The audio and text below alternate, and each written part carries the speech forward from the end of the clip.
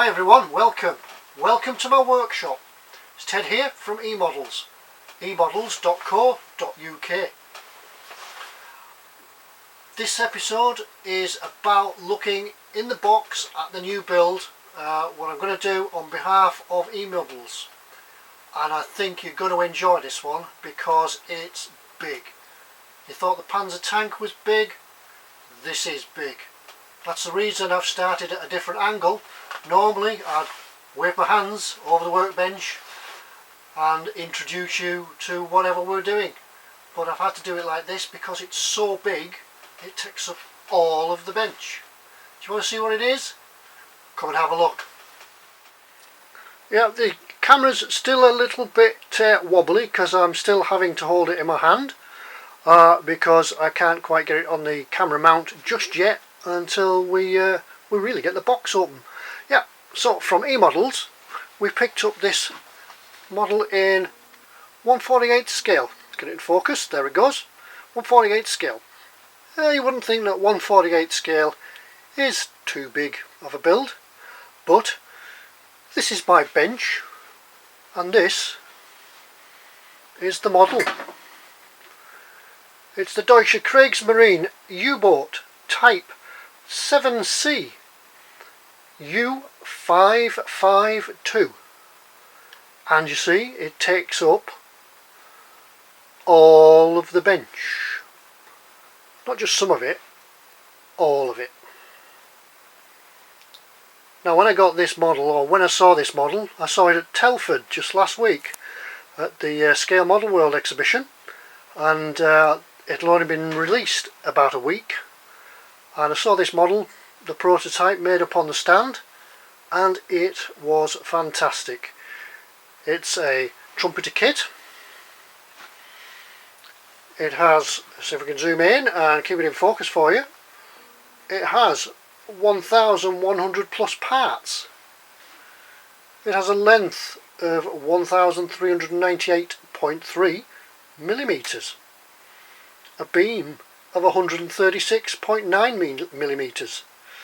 That's about 4 foot long for you still working in imperial measurements. Let's try and show some of the detail on the top of this. Let's get the box spun round.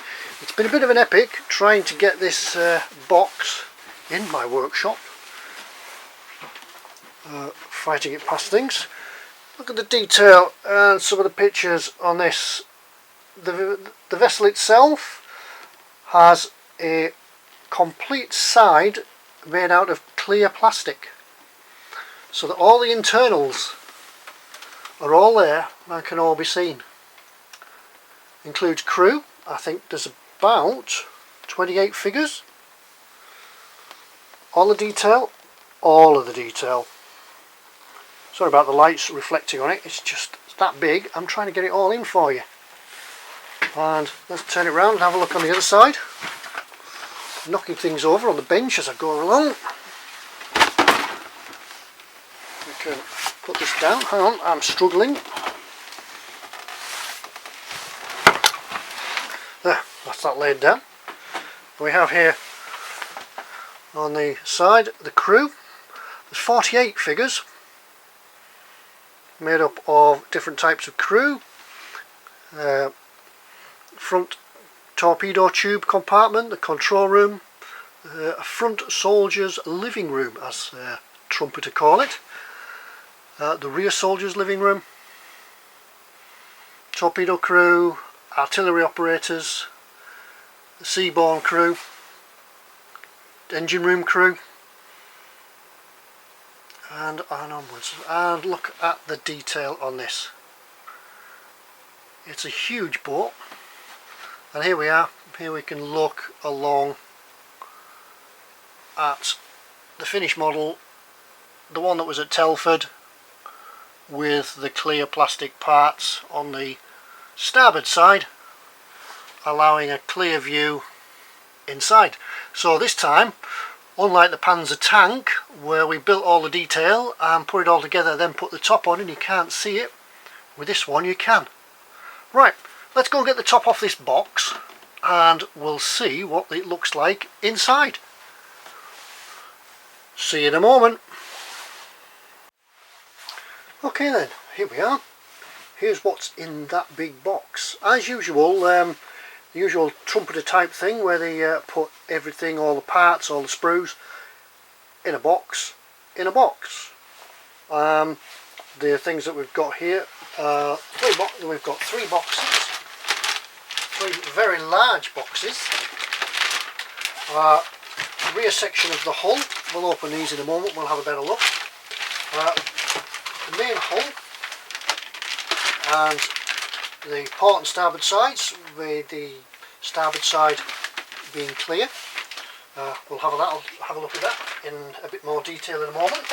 Just put them out of the way, find somewhere to put. Three boxes, just the hull sliding off the desk. Three boxes, just absolutely crammed full. Can't get that one open, let's try that one.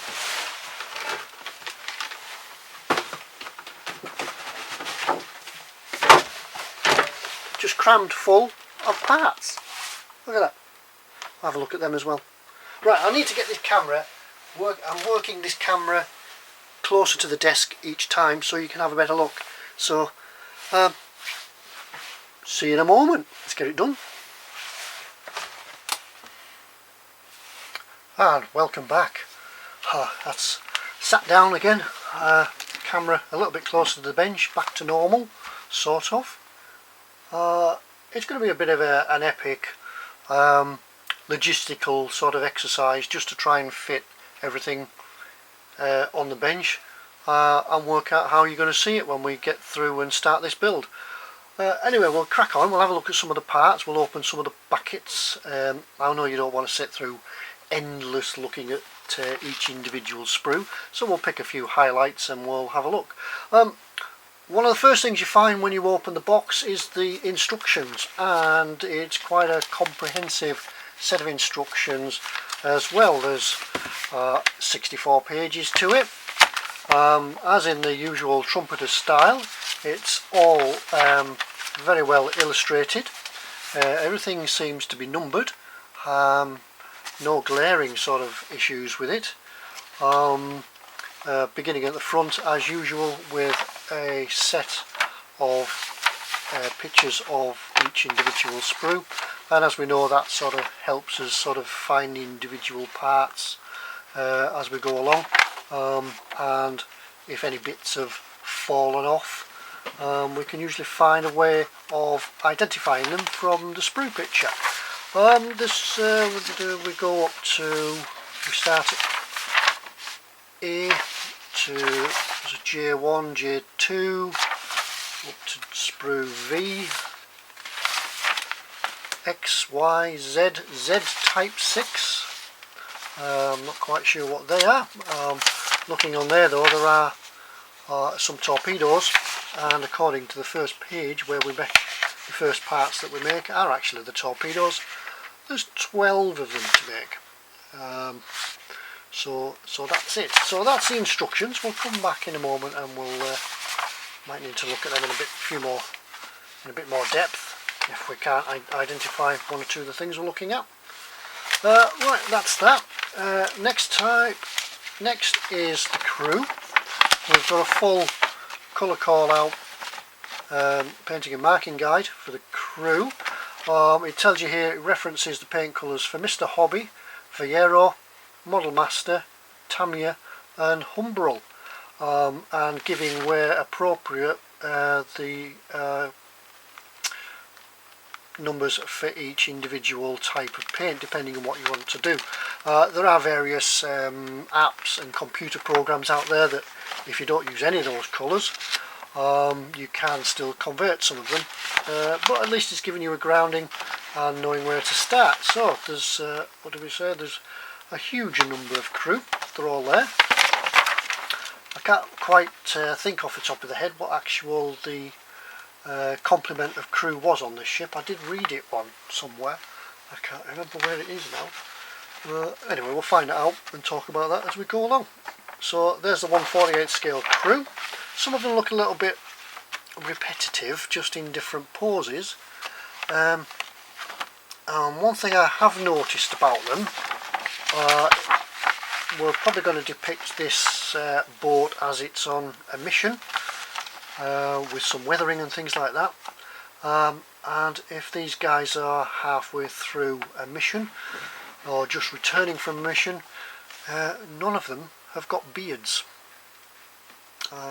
As any of you U-boat guys will know, that they used to give up shaving when they left port and didn't shave until they got back. So we may need to be reproducing some stubble or beard type growth. Right, the next bit. Once again, this is a booklet just purely for painting. Once again, it gives you all the colours on the front, the reference colours. There's 1, 2, 3, 4, 5, 6, 7, 8, 9, 18. There's certainly 18 colours required, there may be more. That's just to basically paint it. We're obviously going to need some more if we're going to weather it and so on like that. So there's all that, and it's all detailed inside for each section and giving you the colour callouts. Whether or not everyone's there, each colour's there, or we'll find bits that we wonder what colour's that. We'll find that as we get to it. So there, and it also shows in some quite good detail. It look like CAD drawings, these. The radar, all these sort of different bits of equipment, so probably if we get a bit doubtful, although I doubt it, if we get a bit doubtful about the parts in the instructions, we could probably reference them on here. We'll see. But it's certainly fantastic. It's nice and clear, everything's labelled, and it's all there ready to paint. Brilliant. Right, let's move that out of the way, and the bit I bet you're dying to look at is the hull. Let's drag the hull in.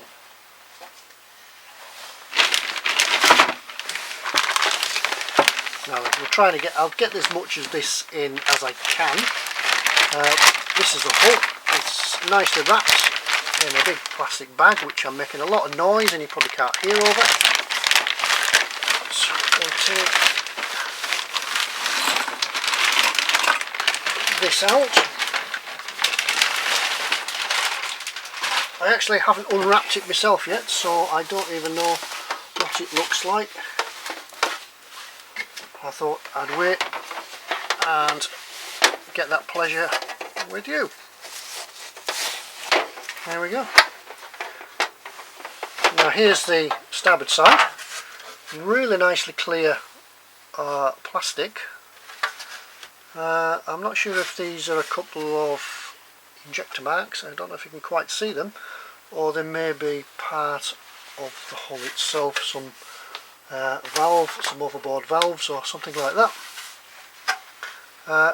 But that is all nicely moulded. All the parts, all the panels are there as well. So if you did actually want to paint this model, completely paint it, you can completely paint this piece of clear plastic. But it really is nice and crisp. It's nice and clean. No scratches, no marks. It really be an exercise in care with this, just to try and keep it to one side, so that it doesn't get any marks and scratches on it. And I think it glues. It appears to glue to the hull. There doesn't appear to be any locating lugs. We'll find that out anyway. And that's, well, as I say, we'll take care of this, and I'll put it back in the bag for a moment. So excuse me while there's a bit of rustling in the background.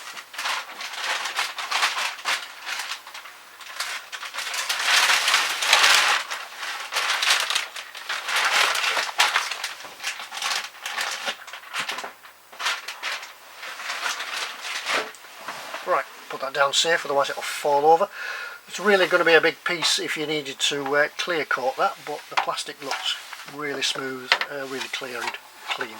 The hull, this is it. All nicely marked, all the decking's marked on there.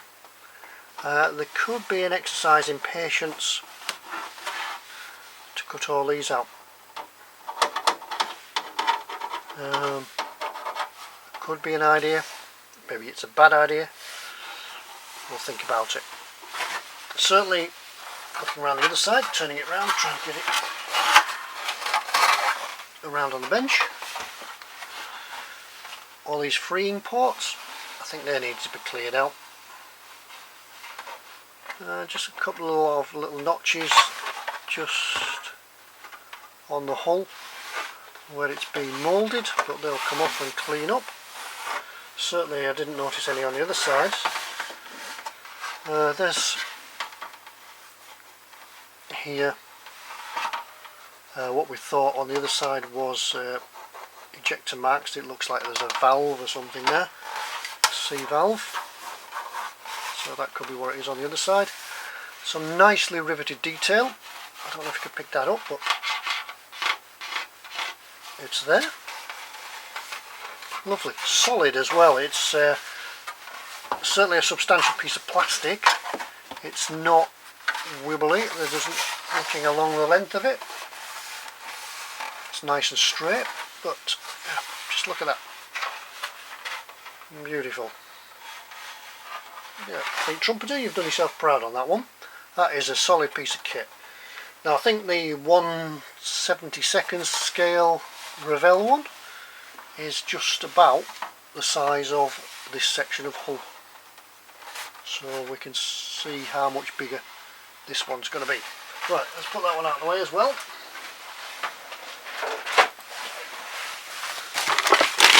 And to finish it off, the whole of the aft section, we need a knife to open this.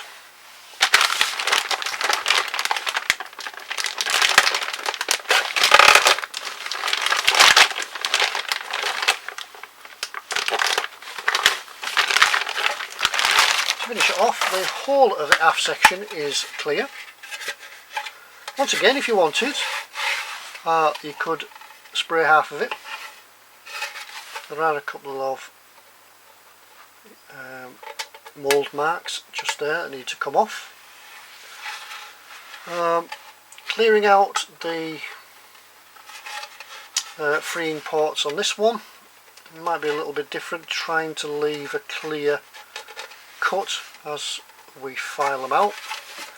And once again the deck details all on the top there. Yep, we'll think about this as we go along. Right, that's that section, the aft section, nice and clear. Let's make a rocket out of it. Right, okay, let's have a look in some boxes. Clear parts, keep them in the bag.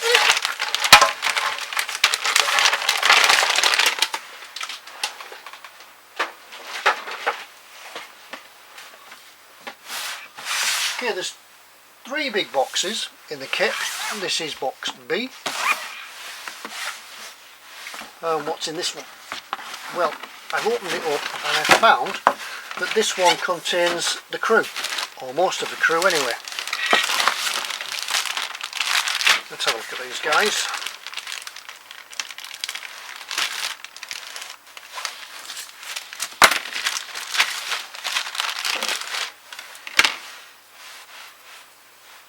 Yeah, nice. Yeah, you know, yeah, they're alright.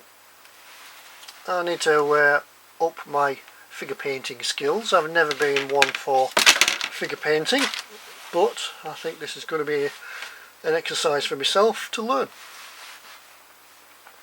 Yep, look at these. All the guys are there. They're all torsos and separate heads. There may be separate heads available from aftermarket people. As I say, none of them have got beards with them or on them, so it might be an idea just to rougher them, make them look a bit rougher. Oh, he's got a beard. Yep. As I say, some of them are just repetitive of each other, so that he looks like him, his head looks like his, does it? Yeah, just different hairstyles. But they're all right. Yeah, they give a bit of life. They're a nice, hard, substantial styrene. They're not like the Revell sort of vinyl. They're not bendy sort of figures. See, these are two sprues. They're both the same sprues, so we're actually getting the same figure repeated. This is X4 and X4, just as an example we've got out. So they're the same figures, so it could be, try not to have them standing next to each other, otherwise they'll look like twins. Yeah, nice and crisp. Certainly something to work with. Once again, Y2, Y1. Yeah, these are the seagoing party with the oil skins. And I don't want to open all these sprues and look at them all. Let's have a look at this one. Because you know what it's like. You open a bag, you take the sprue out, and you instantly lose parts off them. Guy in his shorts and his vest, just maybe in the bunk space. Engineer's overalls, general crew, and once again a repeat sprue. Okay, that's that bit going in there. We'll put these back.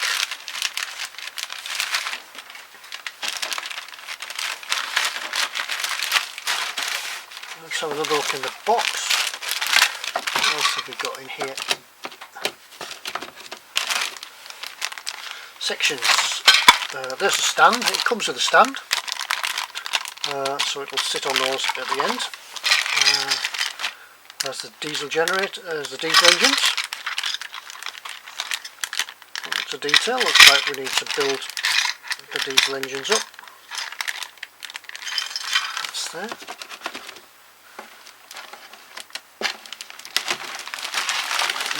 Stood in the box. These look like watertight bulkheads between the different spaces, and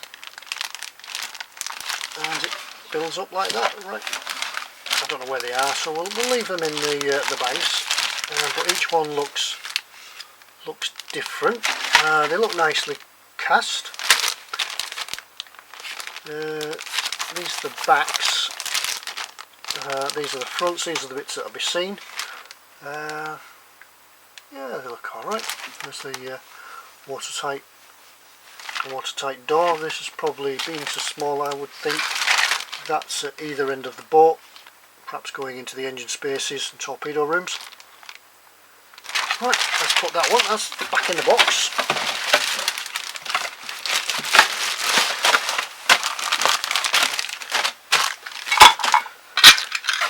As it says, 1,100 plus parts. I think we've done that before. We've done that with the Trumpeter tank, the Panzer tank. There's certainly a lot of parts in there. Oops, wobbly camera. Clear parts. Once again, nicely packed in a sort of foam bed. These are the parts for the bridge fin, conning tower. You submariners will know it as a bridge fin. There's a couple of tiny little scratches in there, just where there's some detail come off the rivet. I think that's locating pins, locating holes for a ladder, and the same along here is the handrail. So that's the clear side of the bridge fin, and we've also, looks like we've got here the periscopes, the search and attack periscope. Oh, nicely clean, no? Nice and clean. Just a shame there's just those tiny scratches in there. I think if we clear coat that, it's only a small part, we could get rid of them. We'll see how it looks when it's ready for building. Right, we'll wrap these back up.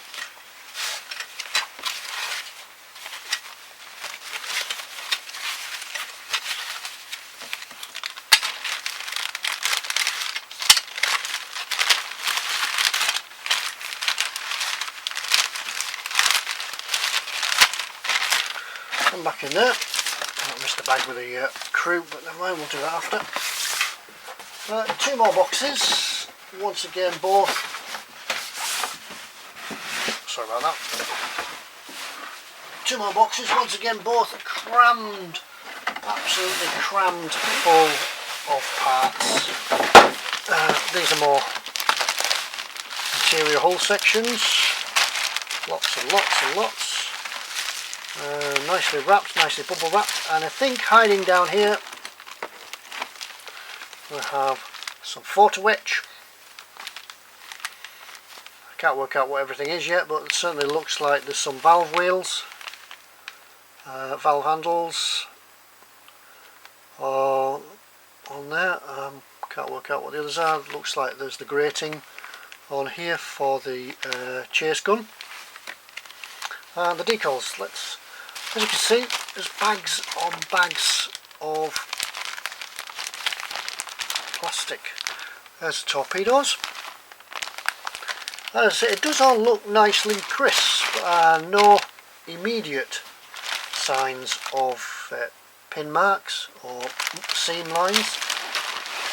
It's often when you get the parts out of the bag, start putting them together, that's when you find the seam lines, but there's certainly nothing obviously visible. Let's just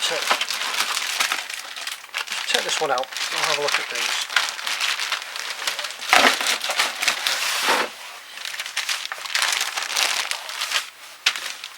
We'll have a look at the decals in a moment.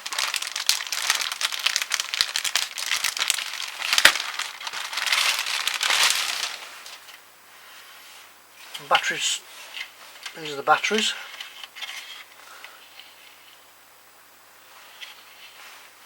Trying to keep it focus. Yeah, those solid blocks there doesn't appear to be any seam lines along them. There'll be quite a few banks of batteries. Torpedoes come in 2 halves, so there will be a seam line when we glue the 2 halves together that will need some fettling. Well, we could sort that, I'm sure.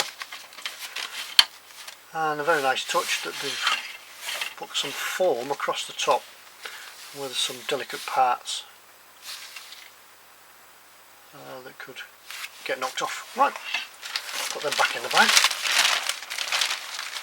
As we do, we always put them back in the bag because if bits drop off, there's a fair chance it'll be captured in the bag, and there's a fair chance you'll know where it's come from.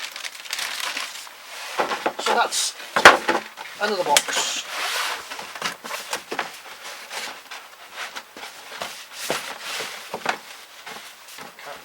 Back up. Box A. There is a third box. There's a third box C for Charlie. But once again, that's just really full of plastic, and it will just be looking at more sprues. Let's have a look at the decals. Decals, lots of them.